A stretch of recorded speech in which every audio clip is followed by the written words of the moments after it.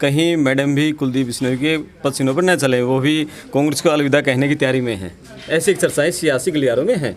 ये जो है ना, मेरे कांग्रेस के अंदर कुछ शुभ चिंतक लोग हैं, वो ज़्यादा चला रहे हैं क्योंकि उनको लग रहा है कि अच्छा ये भी चली गई तो स्यापा ख़त्म होगा।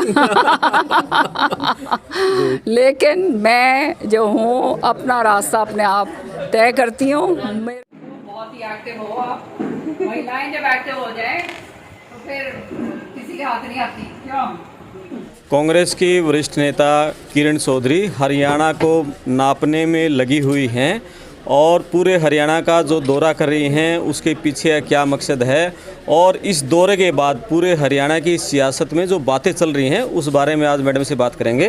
मैडम नमस्कार। नमस्कार भाई साहब। मैडम, ये जो आपने यात्रा शुरू की है इसका मकसद क्या है, लोग जानना चाहते हैं।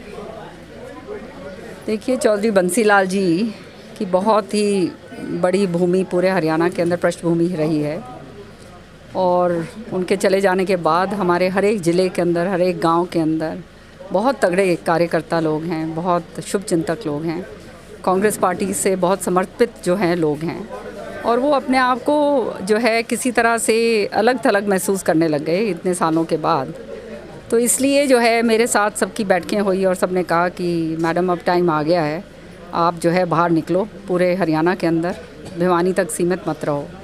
तो ये भी बात है सही कि खाली भिवानी तक सीमित नहीं हूँ मैं, हमारे लोग पूरे हरियाणा के अंदर हैं, ज़िले के अंदर हैं। तो ये ज़िले का प्रोग्राम जो है मैंने शुरू करा है। पूरे सारे हरियाणा के एक एक ज़िले में मैं जाऊंगी और फिर एक एक कॉन्स्टिट्यूंसी के अंदर में जब मैं ज़िलों में जाती हूँ, चाय पानी रखी जाती हैं सारी अलग अलग हलकों के अंदर। रात को पड़ाव जो है हम वहीं पे रखते हैं उसी ज़िले में, ताकि सारे कार्यकर्ता जो हैं मिल सकें।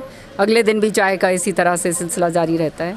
तो इसका मकसद ये है कि लोगों के साथ जुड़ाव हो। जो पुराने लोग इधर उधर हो गए थे, एक तो उनके साथ बैठ के बातचीत हो जाती है, नए लोग जुड़ते हैं, पता चलता है क्या हो रहा है क्या नहीं हो रहा है। और जो है मैं जो है राजनीतिक डगर के ऊपर निकली हूँ मजबूती करने के लिए। तो अब वो काम करने, राजनीतिक डगर का टारगेट क्या है?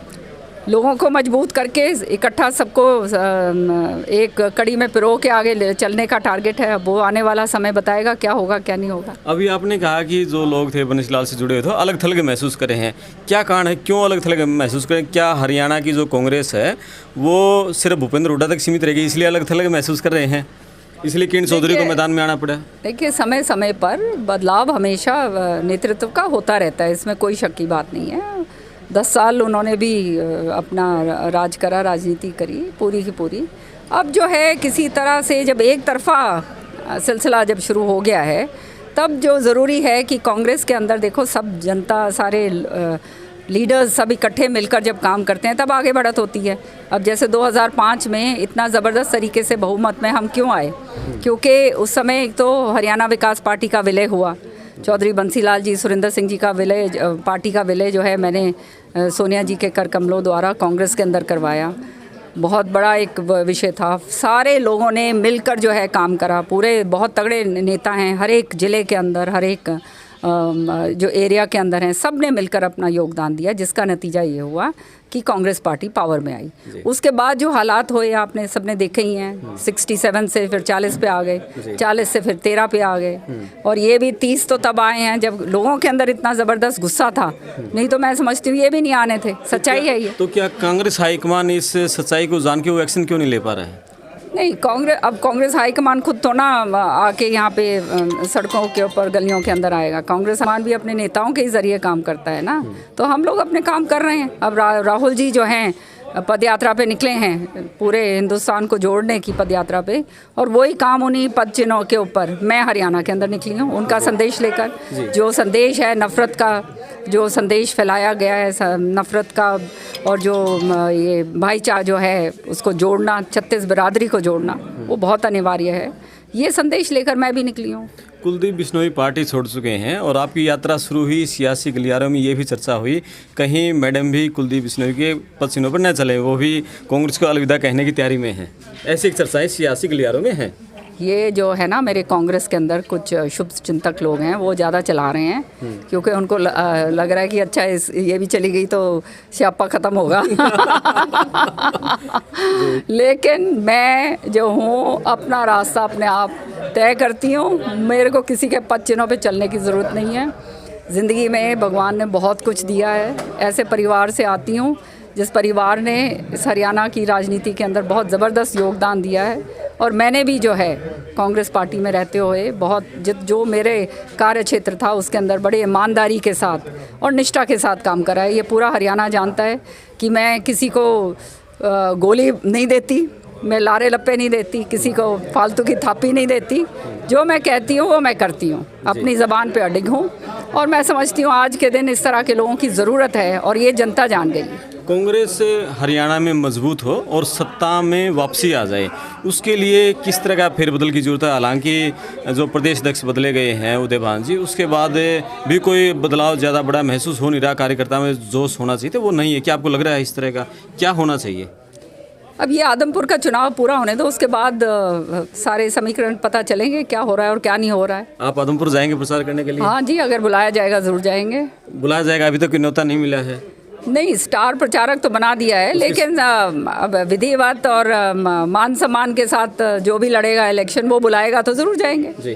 क्या ऐसा क्या कारण है कि जैसे पहले भूपेंद्र हुड्डा आपने कहा 10 साल रहे, उसके बाद अब दीपेंद्र मतलब काफ़ी जो युवा पीढ़ी है यंग, उसमें दीपेंद्र आगे किए जा रहे हैं, इसके चलते आप और दूसरे नेताओं में किस तरह का रोष है?